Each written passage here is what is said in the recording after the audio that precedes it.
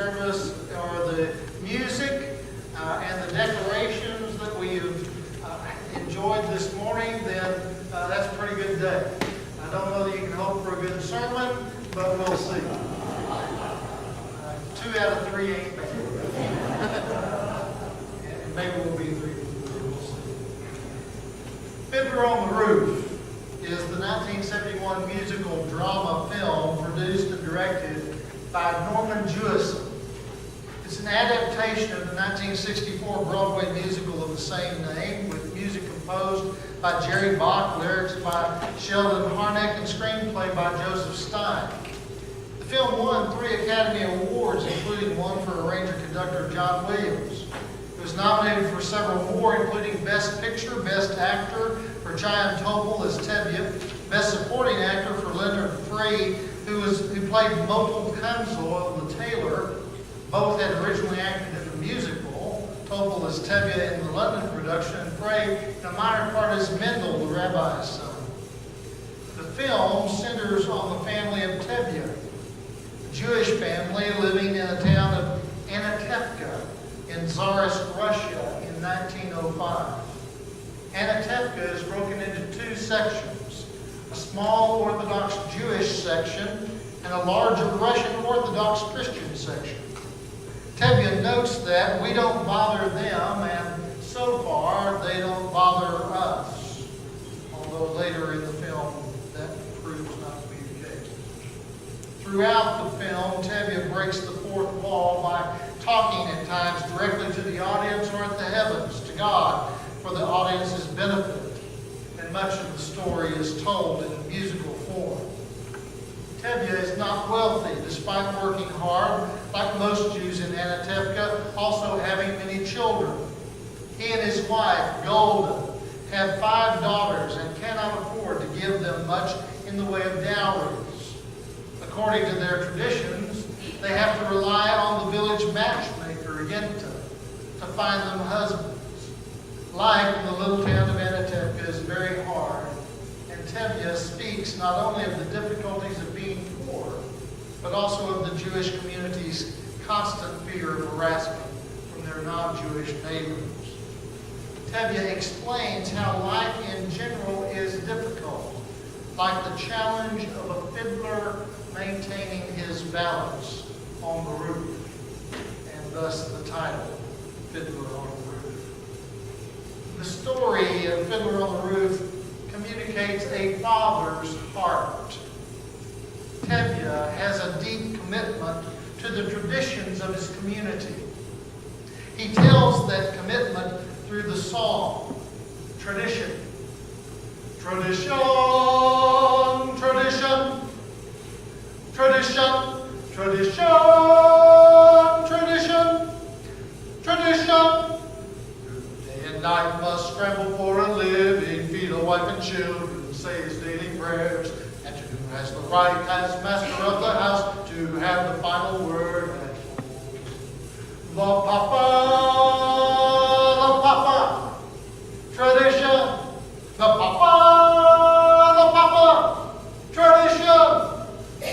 For Tevye, tradition is what tells him who he is. And so, as a father, his desire is to shape his family in the way that he believes God and his traditions tell him to. Esquire magazine posed the following question to 50 famous men. Who made you the man you are today? Washington Redskins quarterback Robert Griffin III relates how God put a lot of people in my life that have helped me. My dad sacrificed a lot for our family. He didn't have shoes when he was growing up, so he couldn't play basketball. And he made sure that I had as many shoes as I needed to play sports.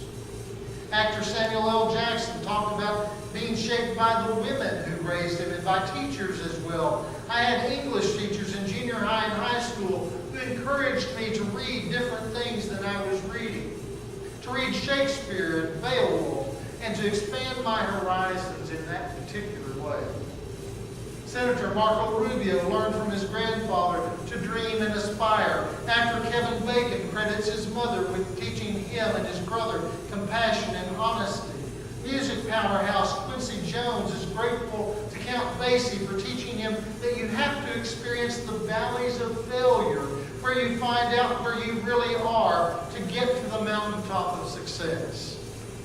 Interestingly, country music star Dierks Bentley said that his wife and children made him the man he is today. Fatherhood tears away the person you were before, he says, builds you up to become the person you have to become, makes you learn a lot of skills, a lot of man skills, he says. We need to know who we need to be. We need to know who we are.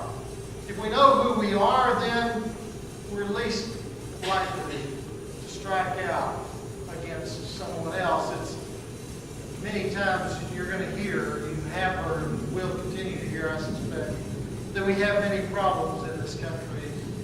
There'll be commentators who point to a race problem.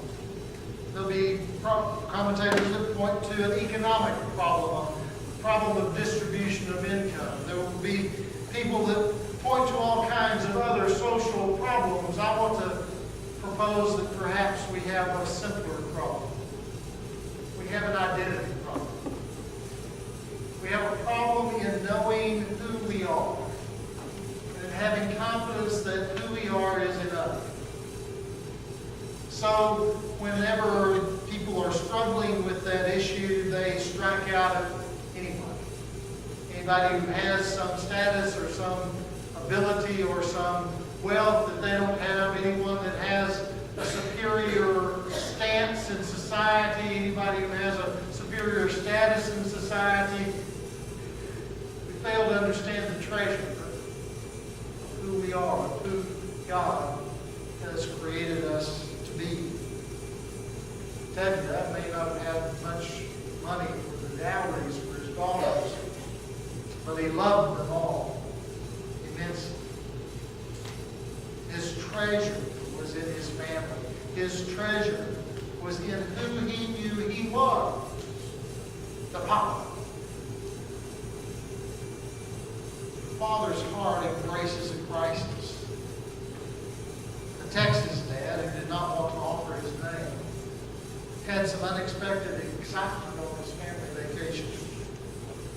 After the man and his family spent the night at a hotel in Memphis, Tennessee, they stopped to eat and fill up their gas tank. That's when the trip got really interesting. When the family hit the road, they left Dad behind at the gas station. The father explained what happened. Somebody had been sleeping all night in the back, and they were going to drive, and I was going to get in the back and sleep. I went inside to get change for the gas, and they thought I was already loaded up and closed all the doors and took off. The dad tried to call his own cell phone, which was still in the van, but nobody answered. He said, 6 different cell phones, and nobody answers. And my phone is in there because it's on the charger, and nobody answers it. And then it starts